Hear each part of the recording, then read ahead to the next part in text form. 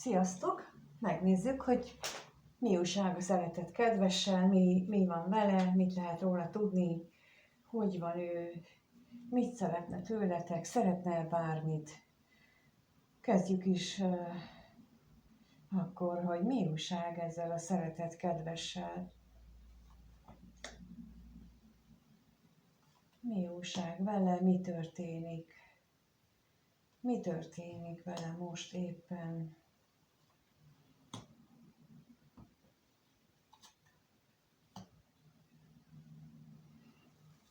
Nagyon sokat gondolkodik. Lehetséges, hogy azon is gondolkodik, hogy amit ő csinál, amit ő tesz, az ellentétes az isteni akarattal, vagy fél attól, hogy ő valamiféle ígéretét, esküjét megszegi, akkor az lesz ellentétes az isteni akarattal. Például mire gondolhat itt, hogyha ő például egy elkötelezett kapcsolatban van, akkor attól tarthat, hogyha ő abból kilép, akkor az égiek haragját vívja ki, de szóval, hogy ilyesmire is gondolhat. Na nézzük akkor az utazás mit jelent. Mit jelent itt az utazás?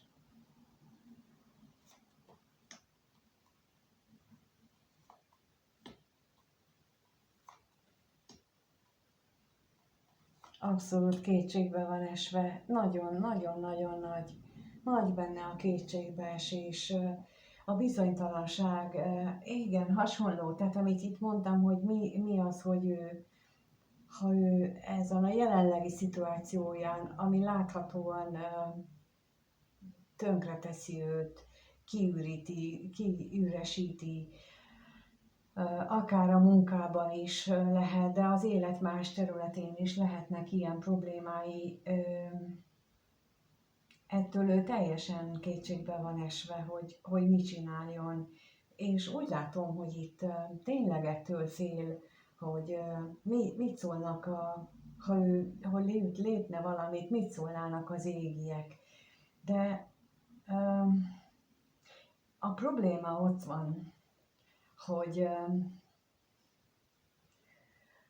nem az isteni törvényeket tanítják a világban, és nem az szerint élünk. Nagyon nem. Még az egyházak sem arról beszélnek, nem az isteni törvényekről beszélnek,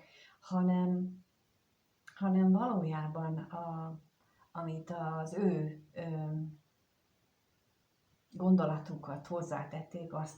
Mert hogyha az isteni törvényeket nézzük, akkor az mindig arról szól, hogy nekünk hogyan jutunk, vagy mi hogyan jutunk vissza a Teremtőhöz, és hogyan tudjuk magunkat egyre fejlettebbé tenni, és hogyan tudjuk ledolgozni azokat az életfeladatainkat, amit egy-egy inkarnációban vállalunk, és bizony nagyon sokszor vállaljuk azt, hogy egy párkapcsolatban megtanítjuk egymást a másik féllel néhány dologra. És nem mindig azt vállaljuk, hogy küzdünk, mert amikor már ilyen módon mutatják az égiek, hogy se a munkában nem mennek jól a dolgok, akár egészségben is lehetnek problémák, érzelmileg sem tudnak egymáshoz fordulni, akkor ez egyértelműen azt jelenti, hogy nem ez az isteni út. Még akkor sem, hogyha ezt az emberi törvények, vagy az emberi erkölcs, vagy az emberi, a társadalomnak az elvárása mond valamit. Az csak az ember. Az isteni törvények azok messze fölülmúlják ezt mind. És az emberi ego hozza létre a társadalmi szokásokat, és az isteni energiák meg azt mutatják, így a betegséggel, hogy valamit nagyon nem jól csinálunk. Ha nincs munkánk, vagy nincs elég jövedelmünk, valamit nagyon nem jól csinálunk, valamit meg kellene látnunk, meg kellene tanulnunk. És mindig van elég időt, vagy hagynak elég időt arra, hogy felismerjük ezeket, hogy rosszul döntöttünk valahol, valamikor. például akkor, amikor lehetőség adódott volna, hogy kilépjünk egy kapcsolatból, de nem tesszük meg, akkor rosszul döntöttünk, és annak a következménye nyilvánul meg ebben, hogy ott nem mennek jól a dolgok. És ez bármikor megváltoztatható, még akkor is, hogyha ennek a következményei nem kellemesek. De ugye, mint sokan tudjátok már, hogy a taróban van egy olyan kártya, hogy a torony, amely azt mutatja meg, hogyha valakinek már túlhaladott, és túlságosan is ragaszkodik régi dolgokhoz, amelyeket már nem kellene, hogy ragaszkodjon, akkor bizony jön a torony, és kirángatja alól a talajt. És ez megnyilvánulhat úgy, hogy egy autóbaleset, vagy egy kórházba kerülés, ahol muszáj átgondolnia azt, és megértenie azt, hogy az élete, az egészsége, az többet ér mindennél. És ez is lehet itt, tehát itt ezek mellett a gondolatokban ez is benne lehet, hogy ilyen szituációban van ő jelenleg. Nézzük a félelmet, a féltékenységet.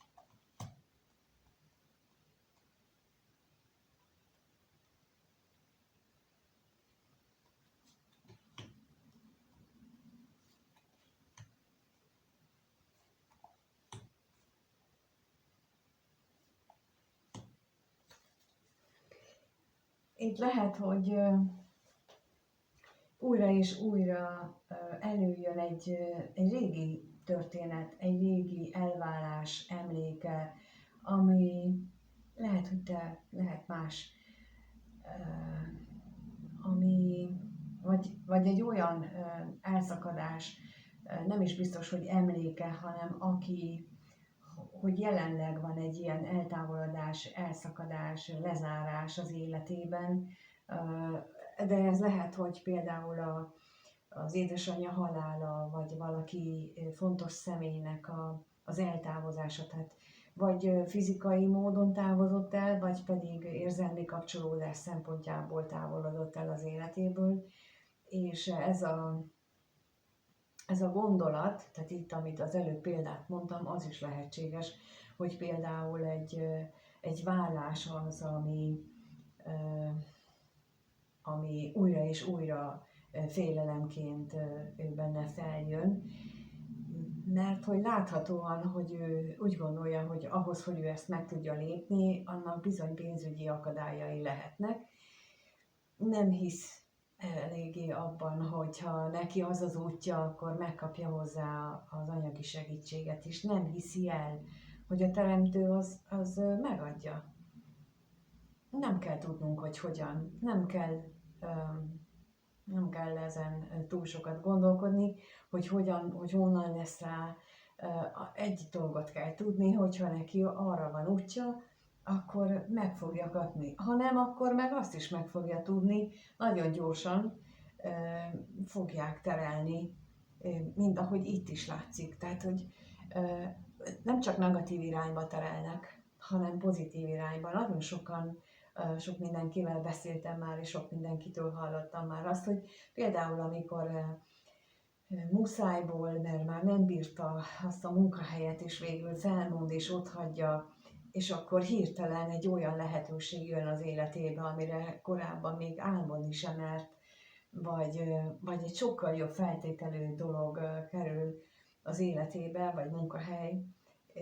De ez is azt jelenti, hogy olyankor az égiek úgymond adják a jutalmat, hogy na végre megtetted már. Hát nem véletlenül érezted ott rosszul magadat, azért, mert már lépni kellett, és akkor tessék, itt van a jó, itt van a szuper lehetőség, és ezt ő még nem tudja. Ő még csak azt látja, hogy itt anyagi problémák nehezítik azt, hogy ő végre meglépjen, meg hát amúgy is erkölcsi, meg gondolati szinten is küzd azzal, hogy jaj, mit szól hozzá. Tehát több síkon éli meg itt ezt a nehézséget, úgy látom, amit jelenleg az életében látszik. Na nézzük akkor, hogy te Hogyan gondol ez a szeretett kedves a nézőre? Ez a kérdés most. Mit gondol ez a szeretett személy a nézővel kapcsolatban? Mit gondol ő a nézővel kapcsolatban? Mit gondol ez a szeretett személy a nézővel kapcsolatban? Milyen gondolatai vannak?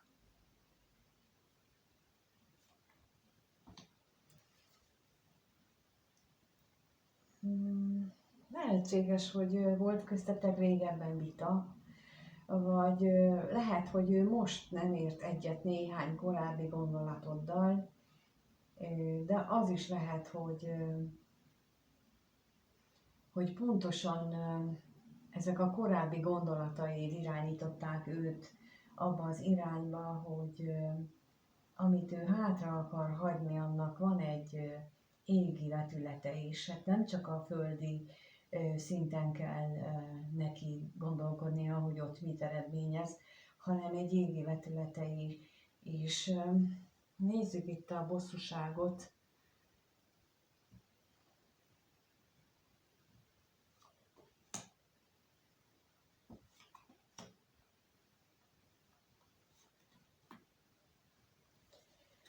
Hát itt az nyilvánul meg, hogy ő nagyon sokat gondol arra, hogy mi az érték a számára, hogy mennyire értékes a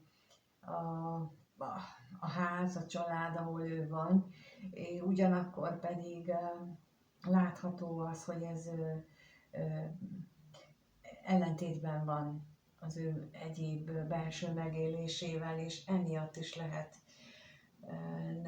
problémái, vagy nem az ő belső megélésével van ez ellentétben, hanem azzal, amiről esetleg veled beszélt, vagy amit te mondtál neki, tehát, hogy lehet, hogy te azt gondolod, hogy az ő, ahogyan ő él, az számára nem jó, nem megfelelő, és ezt esetleg el is mondtad neki, ő pedig hát pontosan, hogy más gondol, mert hogy ő neki az az érték, az a család, az a valami, és ő azon nem tud, vagy nem is akar változtatni. Tehát, hogy ebből lehetett korábban vitátok, de lehetett olyan is, vagy lehet olyan is, hogy most van emiatt benne vita, mert hogy kezdi érteni, hogy esetleg miről beszéltél te korábban ezzel kapcsolatosan. De az is lehetséges, hogy itt, mint mondtam, nagy változás történt nála az ő hitében, mondjuk így. Tehát, hogy abban a tekintetben, amit ő korábban mondjuk megélt a hitét illetően, az égiekkel való gondolatait, abban történt változás. Na nézzük itt a halált, mit jelent.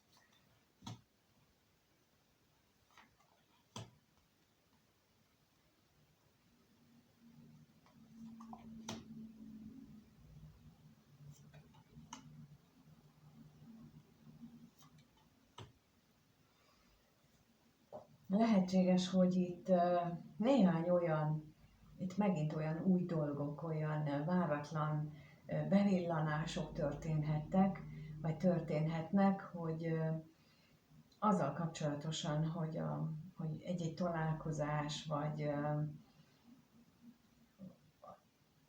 az ő neki az életében, vagy a kettőtök találkozása az tulajdonképpen anyagi veszteséggel járhatott neki, vagy ő úgy gondolta, hogy az anyagi veszteséggel járt, vagy most gondolja úgy, az is lehetséges. Tehát tudom én az, hogy nem tud úgy, nem mennek olyan jól azóta a dolgai, például amióta veled találkozott, vagy most ezt így kapcsolja össze, hogy azért nem mennek jól a dolgai, mert biztosan veled találkozott, és az nem volt jó az ő életébe, és ilyen gondolatai is lehetnek, hogy ez egyfajta égi büntetés is lehet. Na nézzük még itt a tolvajt.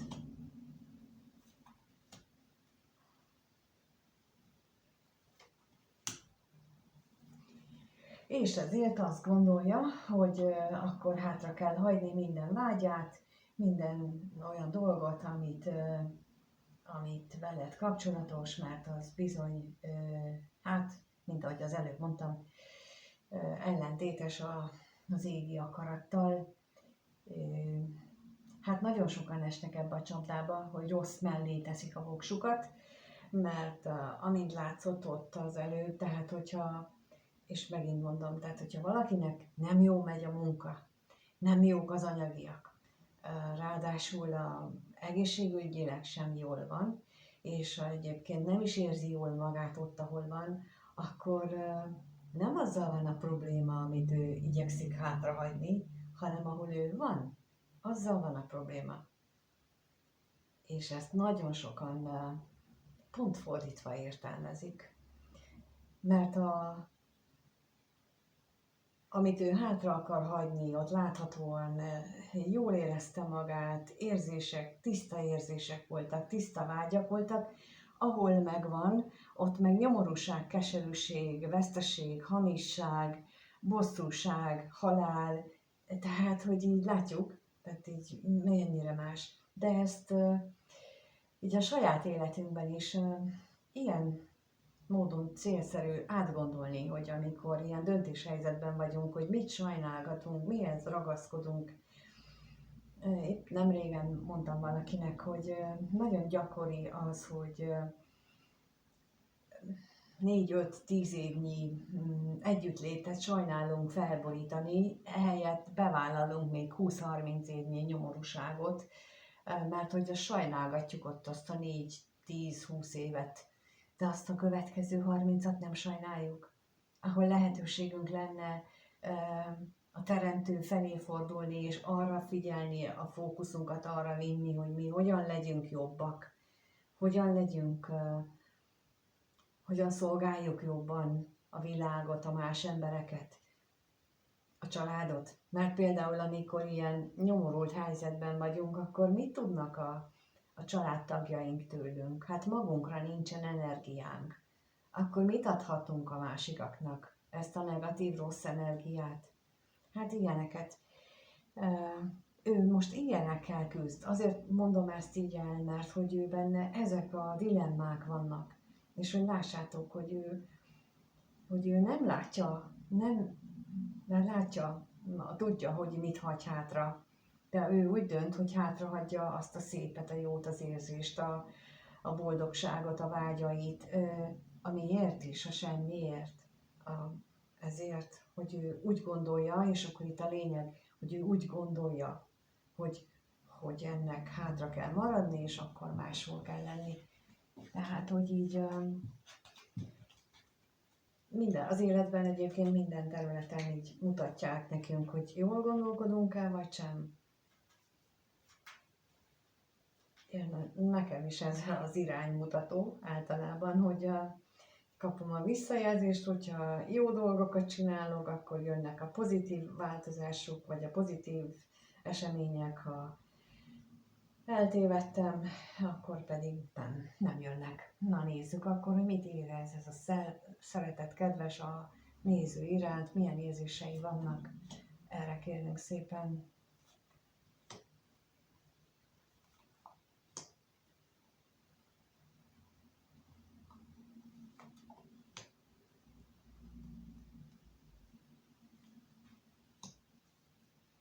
Lehetséges, hogy úgy gondolja, úgy érzi, hogy ez a kapcsolat nagyon megbetegíti, vagy őt, tehát, hogy ilyen rossz hatással van rá, mert hogy túlságosan nagy benne a szenvedély irántad, és hogy a múltban lehet, hogy sokkal nyugodtabb és stabilabb volt mármint a kettőtök kapcsolata, és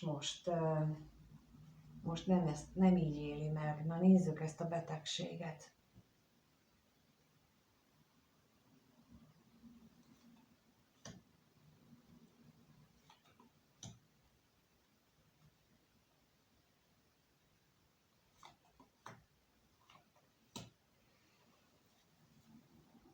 Igen, már jó ideje nem látja, nem éli meg ennek a kettőtök kapcsolatának, vagy annak a gondolatnak, hogy hosszú távú kapcsolódás legyen köztetek, már jó ideje nem tudja megélni az örömteli oldalát, függetlenül attól, hogy tudja, hogy ez egy nagyon boldog és értékes lenne az ő számára, de nem tudja megélni. Még nézzük itt a szerencsétlenséget, hogy miért, vagy mit, erről mit lehet tudni.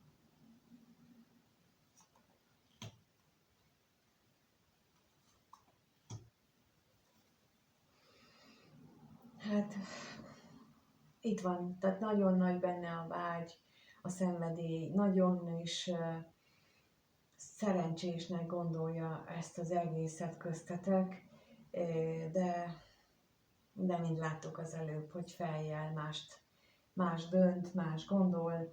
Még az is lehet, hogy a hitét is hogy a mellé sorakoztatja, de az is lehet, hogy valaki olyan beszél neki mondjuk a hitről, aki hát mondjuk úgy, hogy teljesen abba az irányba viszi, amit mondtam, ebbe ez a látszat szeretet világába, a látszat a társadalmi elvárások irányába, mert mi a fontos, mert mindenki például a családról beszél, de a család az csak akkor, ha igazi. De amikor nem igazi, akkor az semmit nem jelent. Tehát az igazi család az attól igazi, hogy nem attól, hogy vér összeköt bennünket, hanem az, hogy mi együtt akarunk egymással lenni, meg mi együtt akarjuk megélni az örömöt.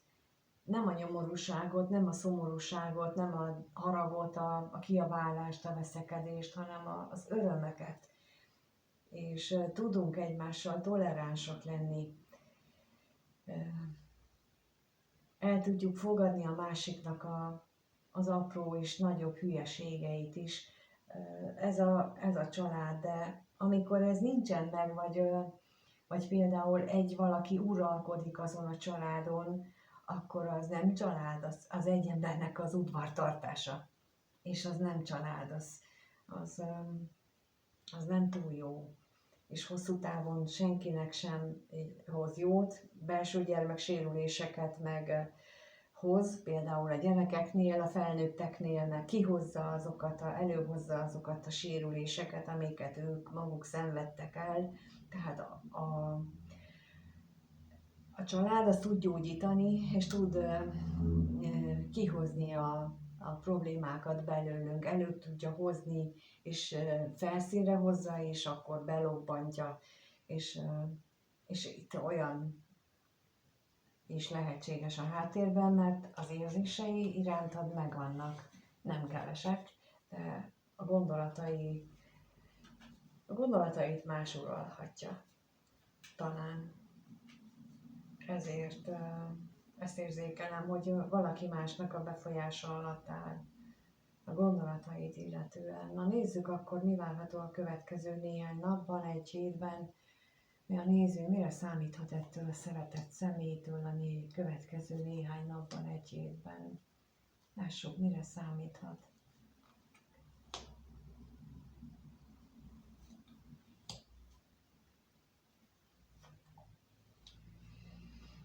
Milyen hatalmas változás áll be itt, beszélni a kommunikáció, találkozás, na nézzük az halállapját.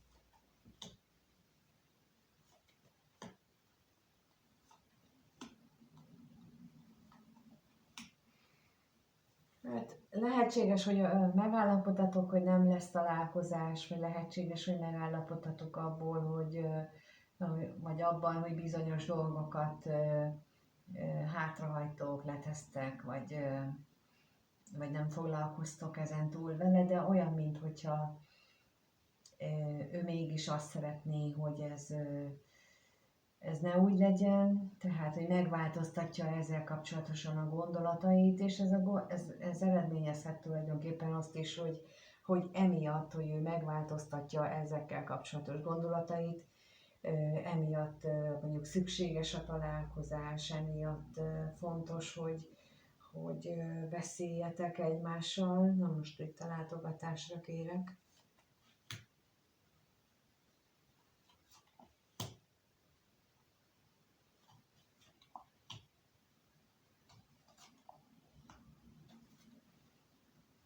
Ami akadályként lehet-e a találkozásnál az az, hogy ő nem biztos, hogy ezt magában le tudja játszani ezt a meccset. Ugye az első kérdésnél, az első sornál, amikor kiraktam, ott is ez jött ki, hogy ő benne rengeteg feszültség van, rengeteget agyal, hogy mi legyen, hogy legyen, és itt is az látszik, hogy ez mint akadályt éli meg, pedig hát láthatóan ő szeretne érzésekkel találkozni veled, és nem csak testileg, hanem valódi mély érzéseket. Még a házra kérnék szépen.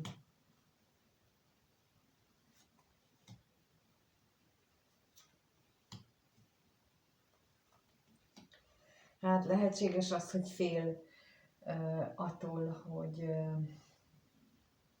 téged vagy valaki mást megbántana ezzel a családjából, hogyha ti most találkoznátok.